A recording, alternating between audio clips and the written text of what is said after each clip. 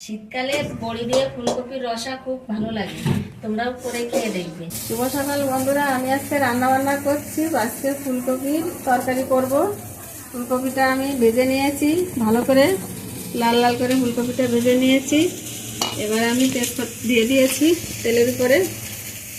ফুলকপিটা লাল লাল করে ভেজে নিয়েছি। এবার ফুলকপি রসা করব, রসা।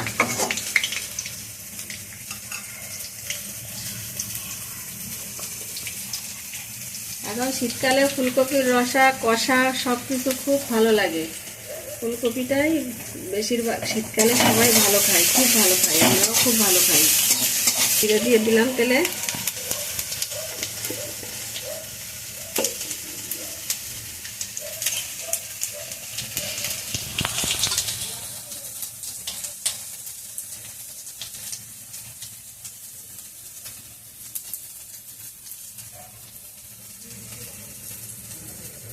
আদা বাটা দিয়ে জিরে বাটা দিয়ে আমি খুব কম মশলায় আমি রান্না করি। আমি খুব কম মশলা দিয়ে ফুলকপির রসাটা করব। একটু আদা বাটা দিয়েছি, আর এদিকে একটু জিরে লাল করে ভেজে নিয়েছি, জিরে ভাজাটা রেখে দিয়েছি, এটা পরে দেবো। কাঁচা লঙ্কা দিয়ে দিয়েছি।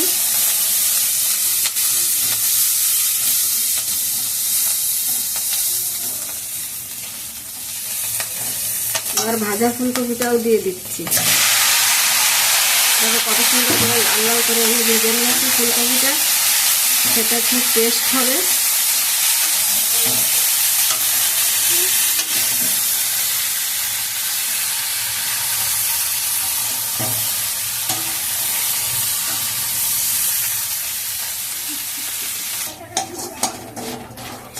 ফুলকপি কষার ভিতর আমি কয়েকটা বড়ি দেবো। আমি বড়িটা একটু লাল লাল করে ভেজে নিচ্ছি।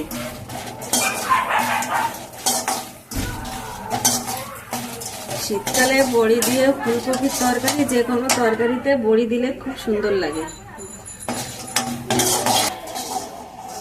বড়িটা ভাজা হয়ে গেছে, তুলে দিচ্ছি। বড়িটা বাঙালিদের খুব ভালো খাবার।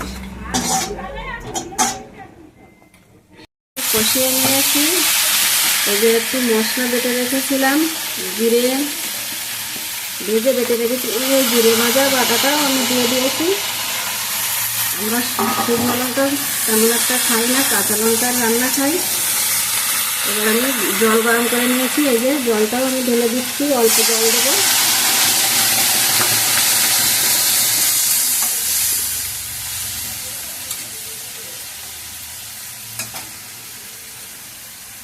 বন্ধুরা, রঙের জন্য আমি একটু হালকা শুকনো লঙ্কার গুঁড়ো দিয়ে দিলাম।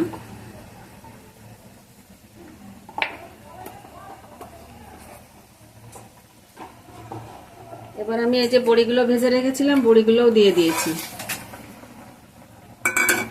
দিয়ে আমি অল্প করে জল দিয়ে দিয়েছি। হয়ে গেলে আমি নামিয়ে দেবো।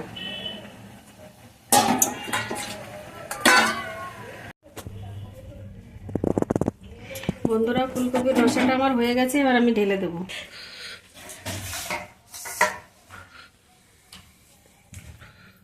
ফুলকপির রসা রেডি। শীতকালে বড়ি দিয়ে ফুলকপির রসা খুব ভালো লাগে, তোমরাও করে খেয়ে দেখবে।